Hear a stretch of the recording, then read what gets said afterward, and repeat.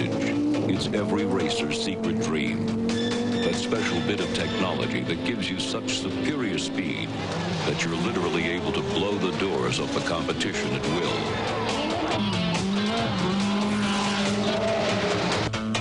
The term was coined by the late Mark Donoghue, who enjoyed such an advantage in his turbocharged Porsche 917 that dominated Can-Am racing and set new speed records in the early 1970s.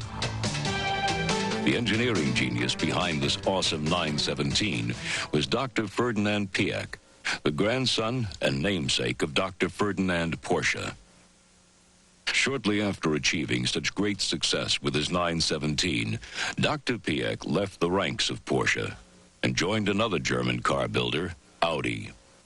His first challenge to his new engineers: come up with a breakthrough idea, an unfair advantage that will set Audi apart from the pack.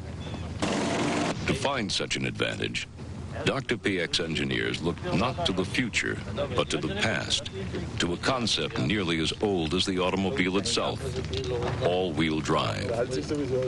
The idea first appeared in 1902, but the hardware proved so cumbersome it found a home only in inelegant utility vehicles. Over the years, innovators such as Bugatti, Miller, and Ferguson tried to apply the idea to racing cars, but their machines proved unruly, difficult to drive. The advantage eluded them.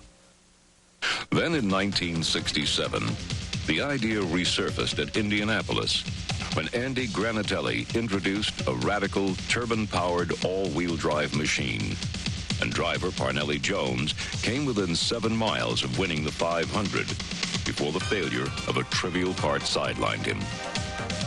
All-wheel drive was soon banned from Indy competition as being outside the mainstream of automotive design, and racing engineers turned instead to aerodynamics in their quest for the unfair advantage.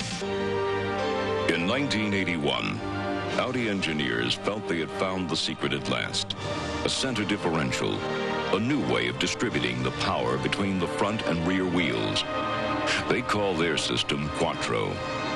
To prove the worth of their new system, they entered the World Rally Championship, where a vehicle must demonstrate speed over some of the roughest, slipperiest roads in the world. If all-wheel drive were to be an advantage, it would be here. Soon the Quattros were showing their heels to the competition. Driver Walter Rural describes the experience. So it's like an explosion. Maybe, let's say, like a rocket taking off. That's how you could imagine it. It's really nothing like ordinary acceleration. Sit back and enjoy Walter Rural's balancing act, driving at the limit of physics. Basically, with these cars, if you start thinking, you're too slow. What you need is a kind of sixth sense. You have to be one step ahead the whole time. With this car, if you wait till something happens, then it's too late. You have to anticipate. And all this talk you used to hear about driving by the seat of your pants, if that's how you feel what the car is doing, then it's probably the last time you'll ever feel anything. Because if you wait that long, you'll go off the road. All-wheel drive also required a different driving technique: left foot braking to turn the car, as Walter Rural demonstrates here.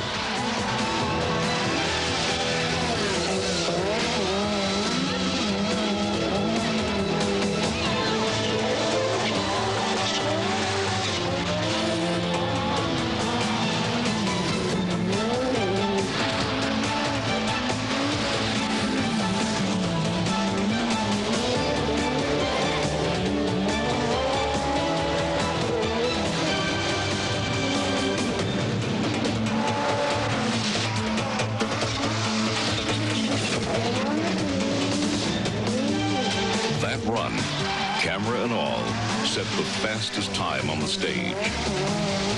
With 4 World Rally Championships in the record book, the Quattro turned toward America.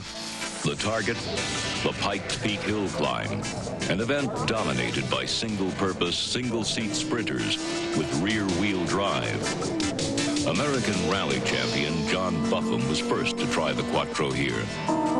The Audi four-wheel drive is very, very important because when you have a lot of horsepower, you need to get the horsepower to the ground.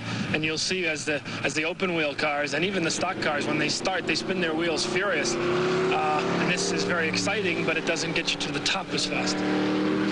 1985, French rally champion Michel Mouton drives a Quattro to overall victory at Pikes Peak, trouncing over 60 conventional machines in the process.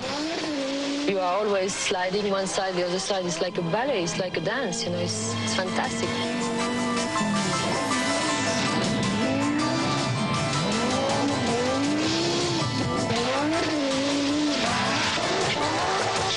I looked at the car and I watched her run. Did a very good job in her driving.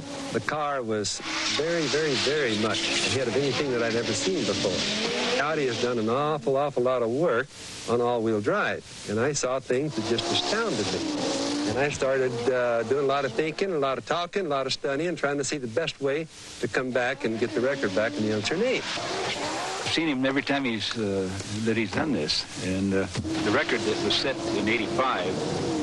Most of the people around here thought, well, that's about it. It's as fast as anybody's going to go. Evidently, this car is even impresses him, and he's hard to impress.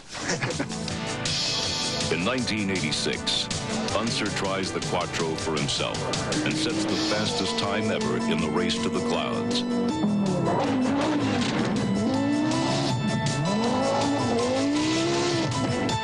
Walter Röhrl followed a year later with another record. And since then, every Pikes Peak winner has turned to all-wheel drive for their advantage. Next, putting the power to pavement.